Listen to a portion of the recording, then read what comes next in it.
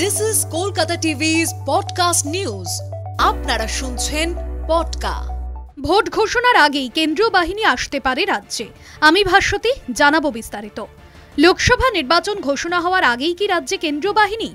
সব স্পর্শকাতর সংবেদনশীল বুথের তালিকা চেয়েছে নির্বাচন কমিশন।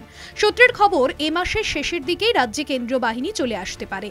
গত লোকসভা নির্বাচনের দিন ঘোষণার পরে কেন্দ্রীয় বাহিনী এসেছিল। এবার রাজ্যের জন্য কেন্দ্রীয় স্বরাষ্ট্রমন্ত্রক 920 কোম্পানি কেন্দ্রীয় বাহিনী চেয়েছে। আগামী 4 মার্চ রাজ্যে আসছে নির্বাচন কমিশনের ফুল বেঞ্চ। 5 মার্চ পুলিশ প্রশাসন ও সব রাজনৈতিক দলের সঙ্গে বৈঠক করবে এই ফুল বেঞ্চ।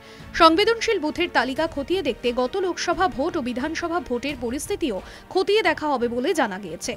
ইতিমধ্যেই সন্দেশখালী কাণ্ড নিয়ে উত্তপ্ত রাজনৈতিক মহল। তারই মধ্যে আর কিছুদিনের মধ্যে রাজ্যে কেন্দ্রীয় বাহিনী চলে আসতে পারে বলে জানা গিয়েছে। শুনুন পডকা, রাত দিন 7 দিন।